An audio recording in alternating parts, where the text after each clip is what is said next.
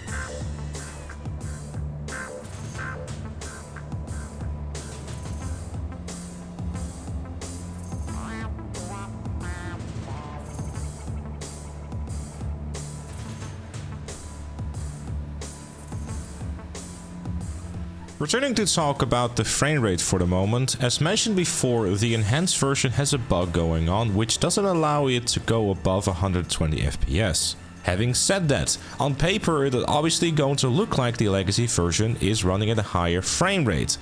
Unfortunately, the legacy version did suffer from a bug where it could not go beyond 188 frames per second. The enhanced version has a similar bug, but that's because they just need to release a patch for it, and it's just bugged with the frame rate limit I see, but you know, we'll probably get that fixed sometime soon, and when they do fix that, I'll be making another video about the frame rate so we can truly see how far we can push the frame rates without any hiccups in the enhanced version. However, it is very much worth mentioning that the enhanced version is running with ultra setting ray tracing effects, meaning that having that rather stable 110 to 120 FPS through a busy city drive or literally anywhere on the map is rather respectable. The online version is rather impressive as well, with the ray tracing on the settings that I use still giving a 80, 70, sometimes dipping more towards a 60 frame rate. But if you were to turn off the ray tracing, the frame rate actually goes up by about 30 to 40 FPS. This is all in a full lobby. But that is actually not the most impressive thing about the enhanced version. Do you guys remember when you were playing on your PC and you went to the Cayo Perico Islands and how much of a nightmare that truly was to navigate that with a somewhat stable frame rate given how much grass and everything there was? Well, to my absolute surprise, Cayo Perico actually really benefits from the enhanced version. Even on ray tracing, is getting better frames than I was getting on the legacy version, at least from my experience. Obviously, if you want to have a much smoother experience, turning off ray tracing will even see me go as high as 100 FPS or even more. I've even hit, I believe, 120 FPS on the Cayo Islands. That's unheard of. So overall, I think the enhanced version so far is pretty much exactly what we expected. It looks a bit better, it runs a little bit better, and is just a free upgrade you get with your legacy version. So I hope you enjoyed it. If you did, give it a like, give it a sub, and I'll see you all later.